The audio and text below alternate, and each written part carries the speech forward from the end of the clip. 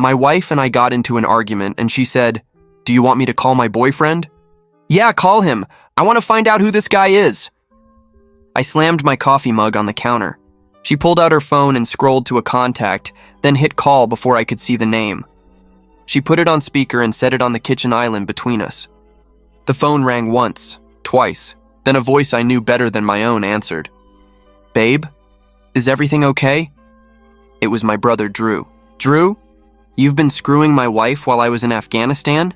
Matthew, you're alive?" Drew's voice cracked like he'd seen a ghost. "What do you mean I'm alive? Of course I'm alive." I stared at the phone like it might explain this insanity. "But I went to your funeral. We all did." His voice trailed off into nothing. Laura lunged for the phone and hung up. "What do you mean there was a funeral?" My mind couldn't process what I'd just heard. Laura slid down to the floor sobbing. I'd never seen her like this. Not when her mom died. Not when I'd deployed. Complete breakdown crying. She pulled her knees to her chest and rocked back and forth. I knelt beside her, more confused than angry now. "Laura, what funeral? I need you to explain right now." I tried to keep my voice calm. She looked up with eyes so full of pain, I almost forgot she'd been sleeping with my brother. Through hiccuping sobs, she told me about the Facebook message. An anonymous account had messaged her saying I'd been killed in action. IED on patrol. "I called your unit, and they said you were on a classified mission. They couldn't confirm or deny anything." She wiped her nose on her sleeve. "Then your dad got the same message. Your mom did too. Then Drew. Everyone." My hands started shaking. Someone had told my entire family I was dead, while I was alive on base doing intel work. Safe behind walls while they planned my funeral and buried an empty casket with my name on it. "I need to see the message. Now." I helped her stand. She pulled up Facebook on her phone, scrolled back months to a message request. Anonymous account with no profile picture. But the message had details. My unit number, the patrol route we used, the type of IED common in that area. Things that weren't public knowledge. We held the service 2 weeks after the message. Full military honors. The base sent a folded flag. Laura showed me photos from the funeral I'd apparently missed. My parents crying over a casket, Drew giving a eulogy, Laura in a black dress accepting condolences, my high school friends as pallbearers, an entire funeral for someone who wasn't dead, who was doing classified intelligence work and couldn't contact home for months at a time. "When did you and Drew—" I couldn't finish the question. 2 months after the funeral. We were both grieving. It just happened. Fresh tears started. He was there every day, helping with arrangements, dealing with your things. We thought you were gone. I stared at the anonymous message again. Something familiar about the writing style. The way they structured sentences. Military precision but trying to sound civilian. Then I saw it. A phrase I'd heard 100 times. "Ultimate sacrifice for freedom," General Hampton's favorite saying. Oh God, I stood up so fast I knocked over a chair. General Hampton, Laura's father. My commanding officer who'd requested I extend my deployment. Who'd insisted I was too valuable for intel to come home on schedule. Who'd made veiled threats about court-martial when I'd pushed back. "What? What is it?" Laura struggled to her feet. I showed her the phrase. I watched recognition dawn on her face. Her father had very specific ways of speaking.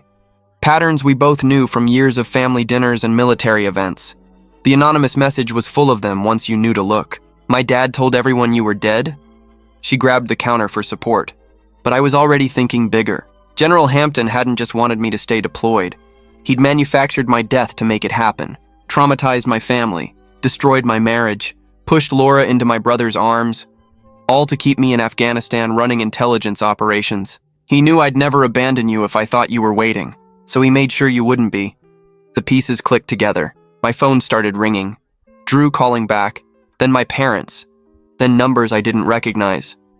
Word was spreading that I wasn't actually dead. That someone had orchestrated an elaborate lie that destroyed multiple lives. Laura looked at me and asked, "What do we do now?" I picked up my keys and headed for the door. General Hampton had some explaining to do. About fake deaths and real funerals. About playing God with people's lives for military convenience. But first I had one more call to make. To the Inspector General's office. Because faking a soldier's death had to be about a dozen different crimes. And I was about to make sure General Hampton answered for every single one. My phone buzzed. It was a text from an unknown number. I opened it as Laura watched over my shoulder. "Welcome home, son. We need to talk before you do anything rash. Your country needed you." I stared at Hampton's text for about 10 seconds before taking a screenshot with my phone. My hands moved on their own, forwarding the image to my personal email while Laura watched me work. She asked what we should do now, and I told her we were documenting everything starting right now, no exceptions. I grabbed her phone from the counter and started taking photos of the anonymous Facebook message with my phone, making sure to capture every word of the thread and the timestamp showing when it was sent. I told Laura not to delete anything from her phone and to change all her passwords immediately since her father might have access to her accounts. She nodded and started typing on her laptop while I kept photographing evidence. The Inspector General hotline number was saved in my contacts from mandatory briefings, and I hit call while Laura listened from across the kitchen. The intake officer answered after 2 rings, and I reported potential fraud, abuse of authority, and falsification of military records by a general officer. She took down the basics and gave me a case number starting with IG 2024 that I wrote on a napkin, then scheduled an appointment for tomorrow morning at 0900 hours. I hung up and immediately called the JAG office on base to get legal advice before I said anything that might violate classification rules. They scheduled me for that afternoon at 1400 hours with someone named Raymond Holloway who handled whistleblower cases. Laura was still changing passwords on every account she could think of while I started creating a secure cloud folder on my laptop. I uploaded the screenshot of Hampton's text first, then the photos of the Facebook message. Then Laura helped by finding email exchanges with her father from around the time of my supposed death. She had dozens of messages where he kept pushing her to accept my death and move forward with her life.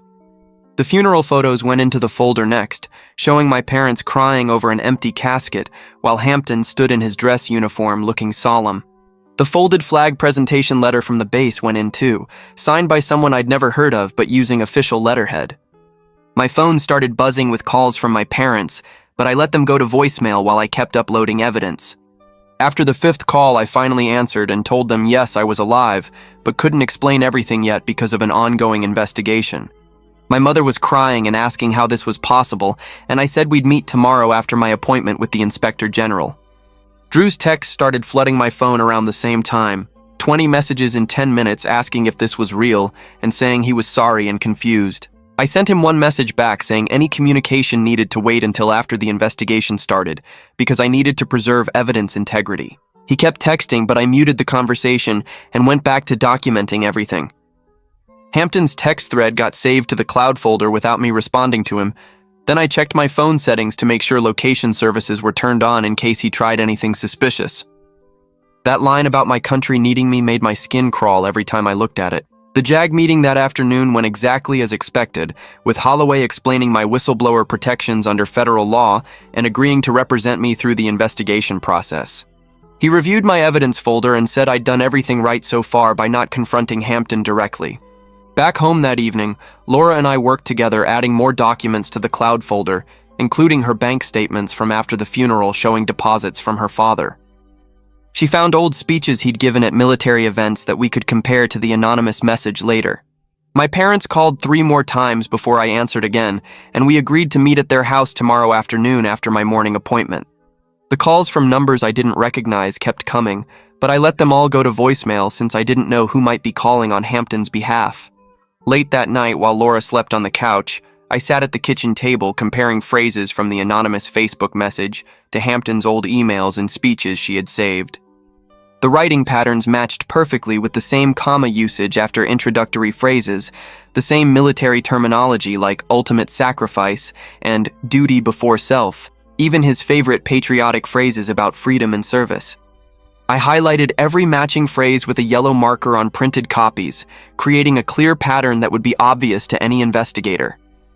The folder of evidence grew to over 50 files, including screenshots, photos, documents, and comparison sheets showing the writing analysis. My phone buzzed again at 6 a.m. the next morning with Hampton calling directly, but I declined the call and let it go to voicemail per Holloway's advice from yesterday. His message came through a minute later saying we should handle this situation as family and work things out privately without involving outside parties. The condescending tone in his voice when he said family almost made me throw my phone across the room, but I saved the voicemail to the cloud folder instead. Laura woke up and made coffee while I reviewed everything one more time before my appointment, making sure every piece of evidence was backed up in multiple places and organized clearly for the investigator. The drive to the IG office took 20 minutes through morning traffic, and I parked in the visitor lot near the main entrance. Inside the building, I signed in at the desk and waited in hard plastic chairs until a woman in her 40s with short gray hair called my name. Alicia Carr had sharp eyes behind wire glasses, and she led me to a small conference room with a recorder on the table. She turned on the device and had me state my name and swear to tell the truth before sliding my folder of evidence across the table. For the next hour, she went through every document asking questions about dates and times while taking notes on a yellow pad. She kept coming back to the timeline of the fake death message and when the funeral happened compared to my actual deployment schedule. Her pen moved fast across the paper when I showed her the comparison between Hampton's writing and the anonymous message. She made copies of everything and gave me a receipt with a case number before saying she'd be in touch soon. The drive to my parents' house felt longer than usual, and I found them waiting on the front porch with coffee already made. My dad's hands shook when he poured the cups, and my mom kept touching my arm like she needed to make sure I was real. I explained about Hampton faking my death to keep me deployed, and watched their faces go from confused to shocked to angry. My dad slammed his fist on the kitchen table so hard the coffee cups jumped, and my mom started crying angry tears. She went to the hall closet and pulled out a white memory box with my name written on the side in black marker. Her hands trembled as she opened it and pulled out the funeral program with my picture on the front and the date of my supposed death. The condolence cards were rubber banded together, and she spread them on the table, showing me messages from family, friends, and distant relatives. Several cards quoted phrases I recognized as Hampton's favorite sayings about sacrifice and duty to country that he used in every speech. My mom had saved everything, including the guest book from the service and photos people had sent of the ceremony. The next morning, I drove to Riverside Funeral Home with a notarized letter from my lawyer requesting all records related to my service. The director's face went white when he saw me standing at his desk alive and breathing after handling my funeral 6 months ago. He immediately pulled up the computer files and printed everything, including invoices showing payment from something called the Military Family Support Fund. The payment was for the full service package, including the casket rental and the reception hall, and came through 3 days after the fake death message. I spent the rest of that day at the base library researching the support fund on government websites and found it was a real organization.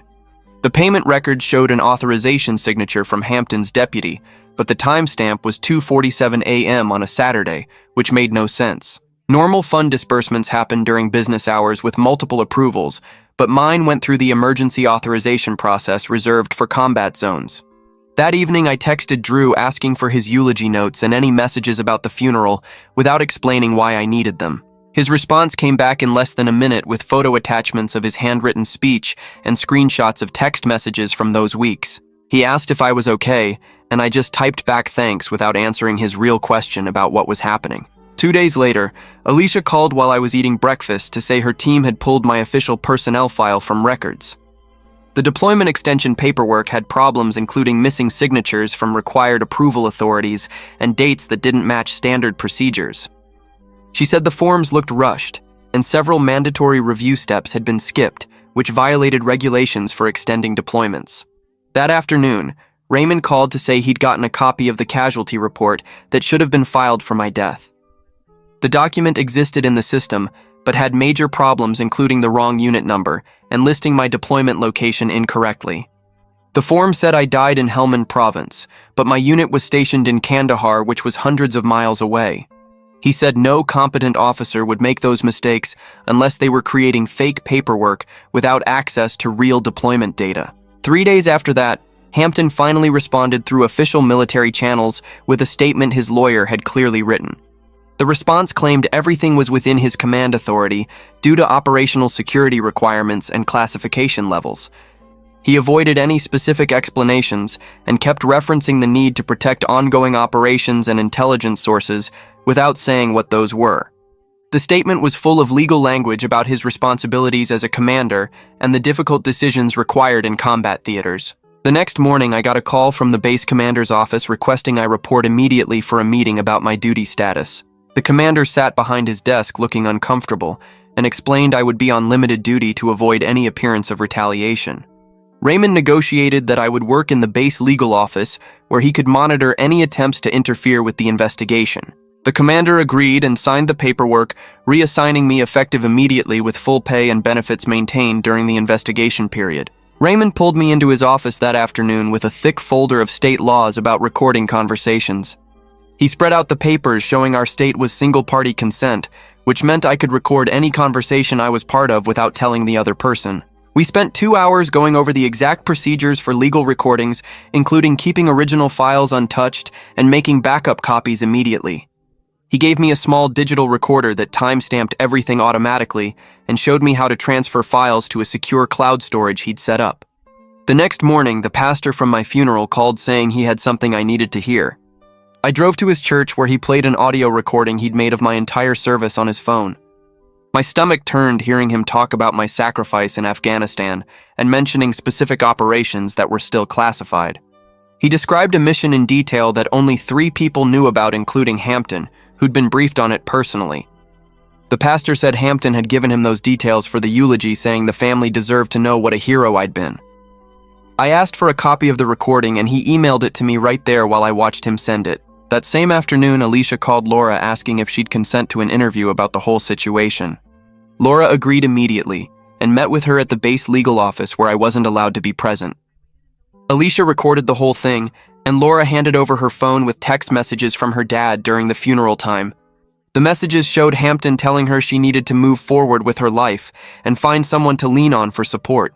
One text from just 3 weeks after my funeral said she shouldn't feel guilty about finding comfort wherever she could.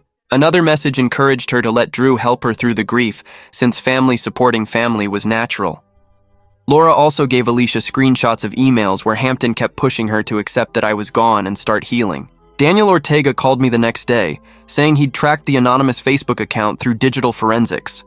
The IP address traced back to a computer on base in the command building where Hampton's office was located. Every single login to that account happened after normal duty hours between 7 and 10 at night. The metadata showed the account was created just 2 days before the death message was sent to my family.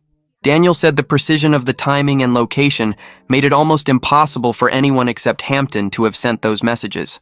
I met with Judith Holloway at the Casualty Assistance Office, where she swore she'd never processed any death notification for me. She pulled up the system on her computer, showing me exactly what forms should have been filed for a real casualty. The notification forms required multiple signatures and verification steps that simply didn't exist for my case. She showed me her logbook where every death notification was recorded by hand as a backup to the computer system. My name appeared nowhere in any of her records from that entire year.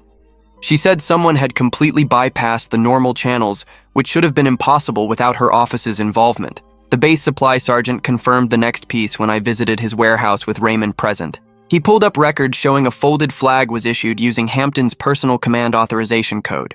The normal process required forms from casualty assistance, but this one went through an emergency override only commanders could use. The timestamp showed it was processed at 11:30 at night, which made no sense for a standard requisition. He printed out the record showing Hampton's digital signature, authorizing the flag for my funeral service. My phone started buzzing with messages from guys in my unit who'd heard I was back and alive.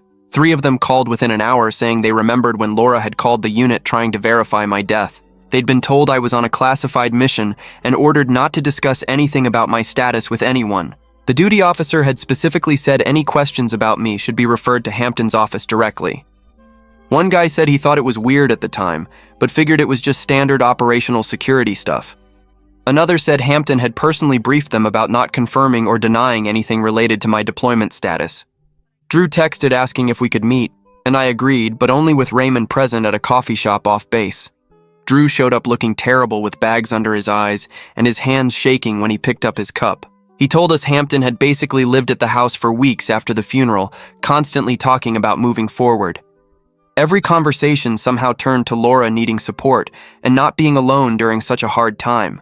Drew said Hampton kept mentioning how important it was for family to take care of each other in times of loss. He admitted now that Hampton had been pushing them together, but at the time it felt like natural grief support. The next morning, Alicia's team found base security footage that changed everything about the case. The cameras showed Hampton entering the command building at the exact times the Facebook account was active. One video showed him badging in at 7:15, and the account logged in at 7:22 that same night. Another night he entered at 8:40, and the account became active at 8:47. The correlation was perfect for every single login over the 2-week period when the messages were sent.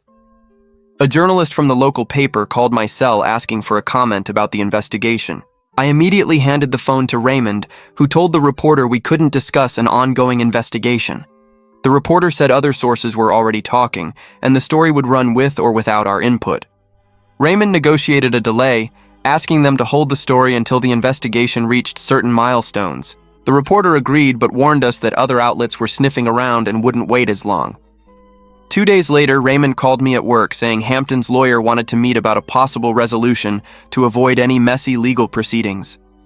I drove to Raymond's office where he played the voicemail on speaker, some guy with a smooth voice talking about operational security misunderstandings and how we could handle this quietly between professionals.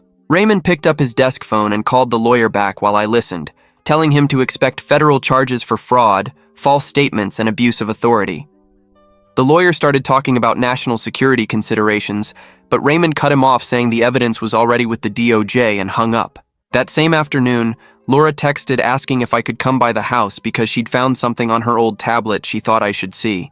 I met her in the kitchen where she had the tablet open to text messages between her and her father from right after the funeral. The messages showed Hampton telling her things like she needed to accept reality and move forward with life, that holding on to false hope wasn't healthy, that she was young and deserved happiness. One text from 3 weeks after my funeral said she shouldn't feel guilty about finding comfort with family during such a hard time. Another said Drew was a good man who could provide the stability she needed. I took photos of every message with my phone while Laura sat there crying again. The next few nights I couldn't sleep at all, just laying there staring at the ceiling thinking about everything Hampton had done. My hands would start shaking randomly during the day, and I'd have to leave meetings to calm down in the bathroom.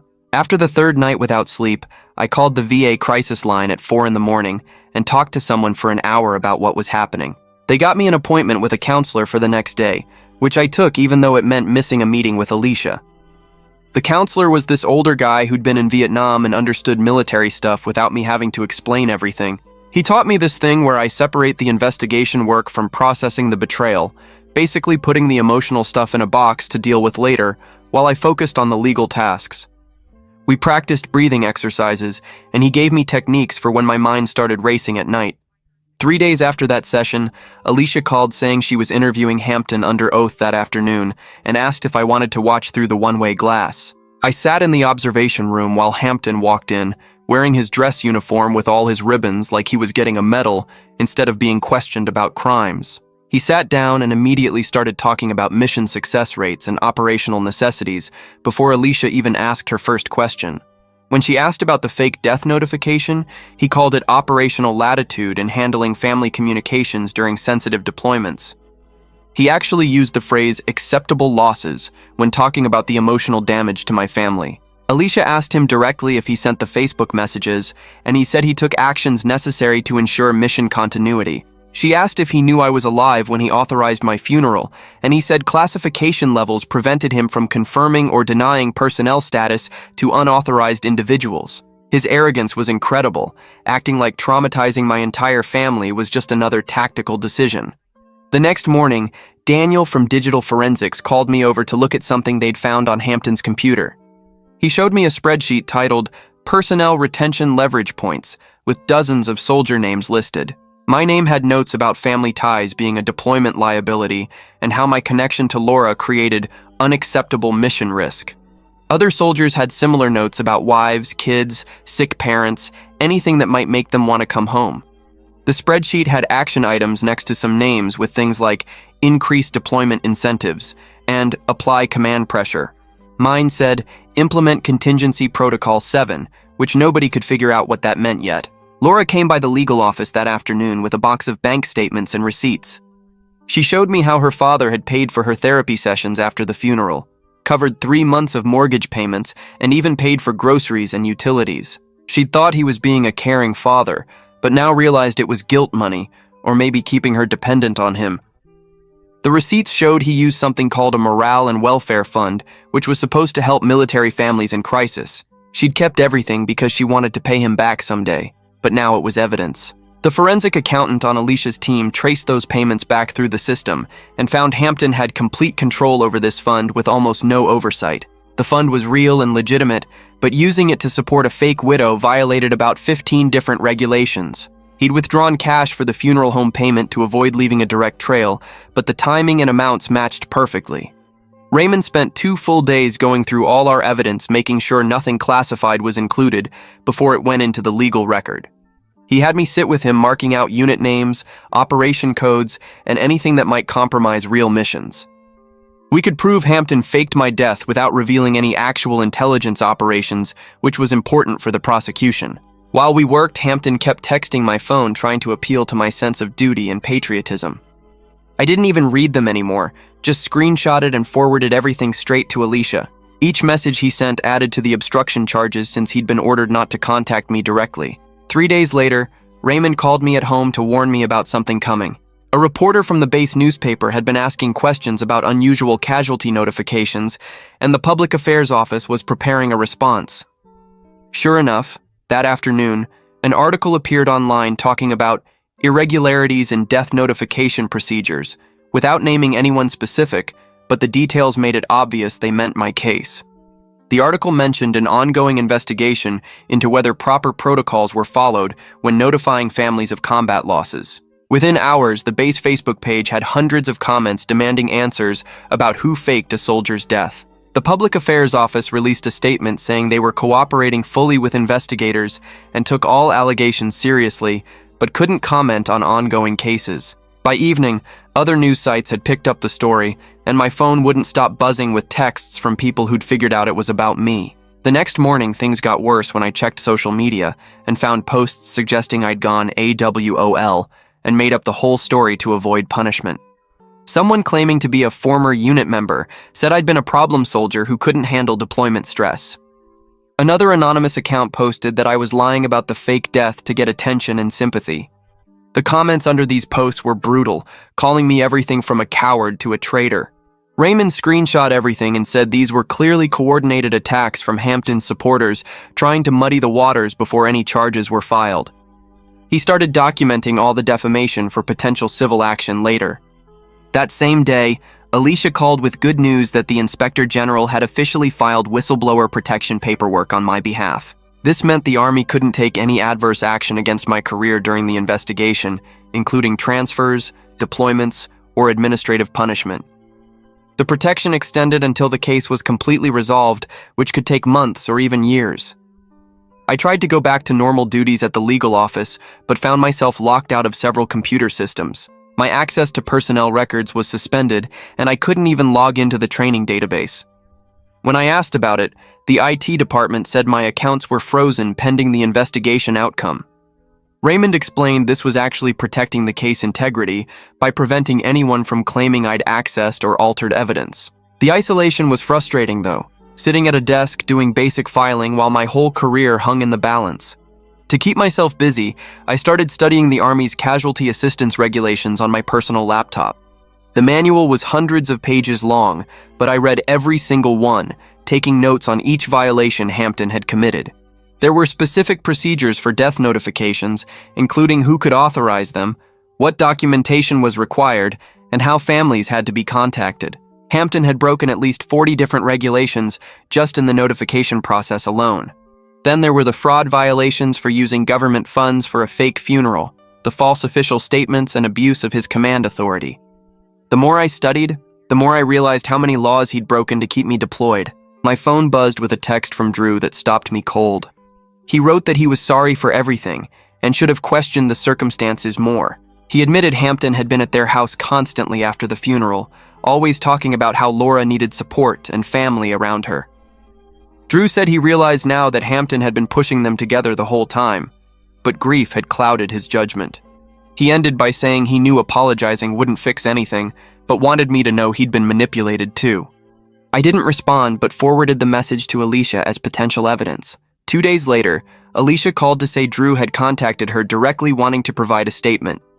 He met with her team and described how Hampton had given him specific scripts about what to say to Laura, phrases about moving forward and not dwelling on the past. Drew showed them text messages where Hampton coached him on being there for Laura and making sure she wasn't alone. His testimony confirmed the pattern of manipulation Alicia had been building in her case. The investigation took a major turn when Daniel called me excited about something his team had found. They'd gotten a warrant for Hampton's government emails and discovered drafts that matched phrases from the anonymous Facebook message exactly. The metadata showed he'd composed these drafts on his office computer after normal duty hours, probably thinking he was being careful. But the phrases were identical to what appeared in the death notification, including specific military terminology and his favorite patriotic expressions. Even better, the email system had tracked that he'd accessed maps of patrol routes and IED incident reports right before drafting the message. This was the smoking gun proving he'd personally created the fake death notification. Raymond called me into his office the next morning with news that changed everything. The Department of Justice had reviewed the evidence and decided to take the case for federal prosecution. Hampton would face charges for fraud against the United States, making false official statements and criminal abuse of his authority as a general officer. The potential sentences added up to decades in federal prison, plus massive fines. Raymond said the prosecutors were confident they had enough evidence for conviction, but wanted one more piece to seal the case completely. That's when Laura agreed to do something I never expected. The prosecutors asked if she'd be willing to meet with her father while wearing a wire to get him talking about why he'd done it. Laura struggled with the decision for days, torn between getting justice and betraying her father, but finally agreed it was the only way to get the truth. The meeting was set for a coffee shop off base where Hampton thought they'd have privacy. I waited in a van outside with the prosecutors listening to every word through Laura's hidden microphone. Hampton started carefully, talking about duty and sacrifice, but Laura pushed him about destroying our marriage. Finally, after 20 minutes of dancing around it, he said the words that confirmed everything. He told her he knew I'd never leave the mission if I thought she was waiting for me back home, so he had to make sure she moved on with her life. He actually said he did it for my own good, that I was too valuable in Afghanistan to waste my talents coming home to play house. His exact words were that love was a luxury soldiers couldn't afford during wartime, and he'd freed me from that burden by eliminating what was holding me back. The prosecutors in the van looked at each other knowing they had him cold. 3 weeks later, Alicia walked into Raymond's office while I was reviewing documents and dropped a thick folder on his desk. The Inspector General's interim report was done, and Hampton was suspended from command immediately while criminal charges moved forward. The report found systematic failures in casualty notification procedures across the entire base command structure. They ordered a complete audit of every death notification from the past 5 years to check for similar problems. Raymond read through the key findings while I sat there feeling both vindicated and exhausted from everything that had happened. That night, Laura and I sat at our kitchen table with boxes of our things scattered around us. We'd been sleeping in separate rooms for weeks already, but now it was time to make it official. She signed the separation agreement our lawyers had drawn up while tears ran down her face. Neither of us wanted divorce yet, but we both needed space to figure out if our marriage could survive what her father had done to us. The next morning, I met with the family attorney alone to go over the details of protecting our assets during the criminal proceedings. We agreed not to make any public statements that could affect the case against Hampton. The lawyer made copies of everything and filed the paperwork with the county clerk that afternoon. 2 days later, the Department of Justice prosecutor called Raymond to say the grand jury had voted to indict Hampton on federal charges. The evidence was so overwhelming they expected him to take a plea deal rather than risk trial. Hampton was facing fraud against the United States, making false official statements and criminal abuse of his position as a general officer. The potential sentences added up to decades in federal prison. Base Public Affairs issued a carefully worded statement about procedural failures in casualty notification without admitting the full scope of what Hampton had done. The language frustrated me, but Raymond explained this was typical military damage control. They'd never admit more than absolutely necessary to avoid additional liability. Casualty Affairs contacted my parents offering to correct all official records and provide proper documentation that I was alive. My mother told them to keep the folded flag they'd been given at my funeral as a reminder of what military families go through. She hung it in their living room with a note underneath about the price of blind trust in authority. The following week, I spent 5 hours in a secure facility providing sworn testimony to the DOJ prosecutors. I detailed every aspect of the deception within classification boundaries, showing them my documentation and timeline. The prosecutor said my evidence made their case airtight and thanked me for being so thorough in documenting everything from the beginning.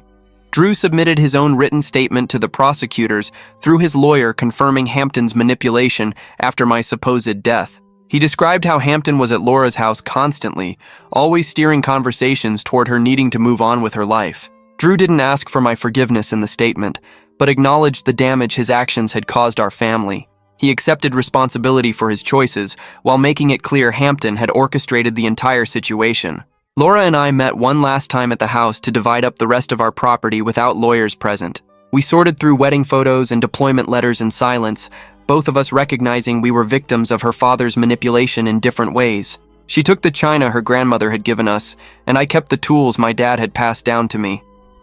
We split the furniture based on who had space for what in our new living situations. Neither of us mentioned the future or whether we'd try to reconcile after everything settled. We just focused on the practical tasks of separating two lives that had been twisted apart by lies. The journalist who'd been following the story finally published their investigation with all the documentation we'd provided. Congressional oversight committees immediately demanded hearings about military casualty notification procedures. The story went national overnight with every major news outlet picking it up. My phone rang nonstop with interview requests that I forwarded to Raymond. He fielded the calls and explained we couldn't comment during ongoing criminal proceedings. The base commander called me personally the next day, offering a transfer to any installation I wanted to get away from the controversy. He said they'd expedite the paperwork and cover all moving expenses as an apology for what I'd been through. I accepted a position at a base near my parents, where I could rebuild my life away from the constant reminders of everything that had happened here.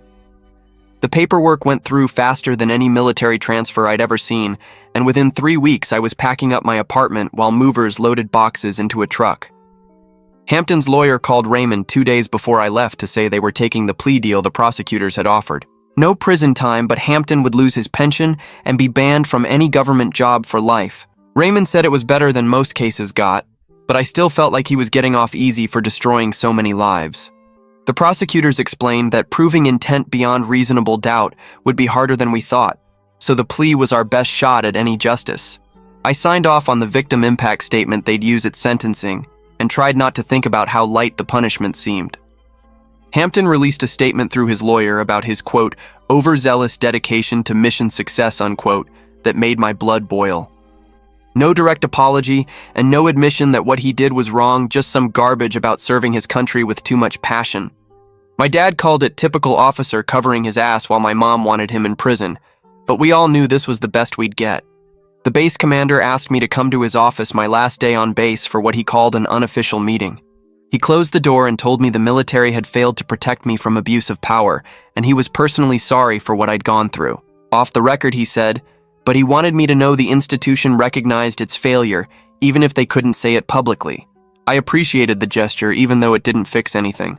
My parents had kept the folded flag from my fake funeral in their living room like some kind of shrine, so I wrote them a long letter explaining everything and drove it over with a box to put the flag in. They read it together on the couch while I sat in Dad's recliner, watching their faces change from confusion to understanding to anger and back again. Mom said they'd keep displaying it with a note she wrote about how truth was the highest form of honor, and Dad nodded like that settled something important. Drew texted asking if we could talk before I left town, and I agreed to meet him at a coffee shop downtown where we wouldn't run into anyone we knew. We sat at a corner table and worked out how we'd handle family events going forward, since avoiding each other forever wasn't realistic with our parents getting older. We'd be polite at holidays and birthdays, but the brotherhood we'd had since we were kids were gone, and we both knew it. He didn't ask for forgiveness, and I didn't offer it because some things can't be fixed with words. Laura and I met at the lawyer's office to sign separation papers, making everything official and dividing up the last of our shared accounts. We agreed to stay respectful at any family gatherings, and both started seeing therapists separately to work through everything before making final divorce decisions.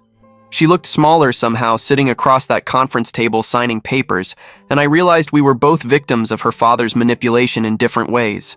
The drive to my new base took 2 days, and I spent most of it thinking about how different everything would be starting over in a new place.